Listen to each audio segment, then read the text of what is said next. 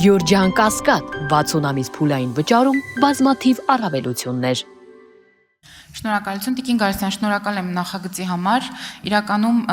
այս խնդիրը միշտ կա եւ դուք ինչպես ձեր խոսքում նշեցիք, այո, մենք այս խնդրին անդրադարձել ենք, թեմային անդրադարձել ենք եւ որոշակի օրենսդրական կարգավորումներ ենք տվել դեռևս 2019 թվականին, բայց դրանից կարծես թե խնդիրը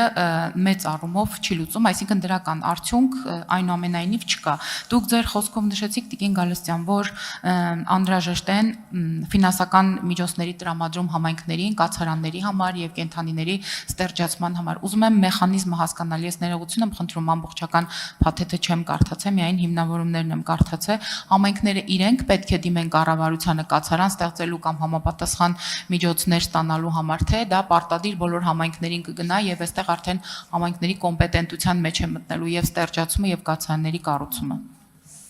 Շնորհակալ եմ հարցի համար, Տիկին Ստեփանյան, սա շատ երկար քննարկված հարց է կառավարության հետ եւ եկել ենք եզրահանգման, որ սա համայնքային ծառայություն է, կացարանի կառուցում, ստեղծում եւ այլ հարակից ծառայությունները բուն համայնքային սեփական լիազորություններ են, ոչ թե պատվիրակված, բայց քանի որ կացարանի կառուցումը կապիտալ նախնական 1-ից 3 կացարանի կառուցումը մեծ կապիտալ ծախս է պահանջում, առաջարկվել է ֆինանսների նախարարության կողմից, որպեսզի սուբվենցիոն մեխանիզմի միջոցով դա արվի, այո, համայնքները պետք է ներկայացնեն պահանջարկ, այսպես ասած, բայց լիազոր մարմինն է սահմանելու ըստ վիճակագրական տվյալների, թե որ առաջնահերթ համայնքներում պետք է կառուցվեն առաջին 3 կացարանները, նույն սկզբունքով նաև սեփական այլ լիազորությունները, ստեղծում եւ այլն դա համայնքային բյուջեով է իրականացվելու։ Արձագանք։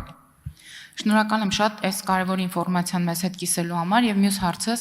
Տիկին Գալստյան, ասացիք, որ հիմնականում ստեղծման միջոցները միշտ եղել են փաստորեն Հայաստանի Հանրապետությունում եւ այս մասով մենք նոր բան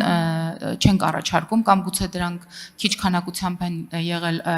անհրաժեշտություն կա դրանք նորից ավելացնելու, միայն ուզում եմ ասեմ մի կողմից կարծես թե բոլոր ռեսուրսները, բոլոր անհրաժեշտ կամքը կամ կարեւորությունը, անհրաժեշտությունը կա, բայց մյուս կողմից իսկապես չեն կարողանում հասնել ցանկալի արդյունքի, ցավով պետք է նշեմ, որ եղանակային փոփոխություններով պայմանավորված արդեն թափառող կենդանիները դաշտերից կարծես եկել են դեպի մարդկանց ավելի մոտ եւ մենք արդեն քաղաքներում, մեծ քաղաքներում ունենք 1-2 դեպքեր, որտեղ արդեն շները հարձակվել են, մարդկանց գծել են եւ իսկապես երբ որ համայնքը չունի համապատասխան օրենսդրական գործիքակազմ եւ չունի համապատասխան ռեսուրսներ,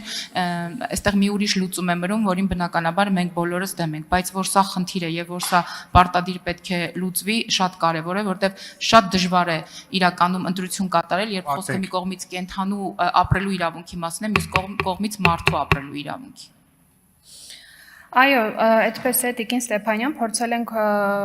հնարավորինս հավասարակշռված մոտեցում առաջարկել, ինչպես արդեն նշեցի, ուսումնասիրված երկրներում նաև քաղաքակիրթ փորձը այդպիսին է, համատարած ստեղծում պետք է լինի եւ կացարանների կառուցում, այս պահի դրությամբ դա որպես լուծում են համայնքները անում, բայց իրենց վրա պարտավորություն չկա, օրենսդրական այս մեխանիզմով պարտավորվում են բոլոր համայնքները իրականացնել այս միջոցառումները եւ կկառուցվի նաեւ ինչպես նշեցի կացարաններ, որոնք այլ միջոցառումների հետ համատեղ միտված են քանակը կարգավորել։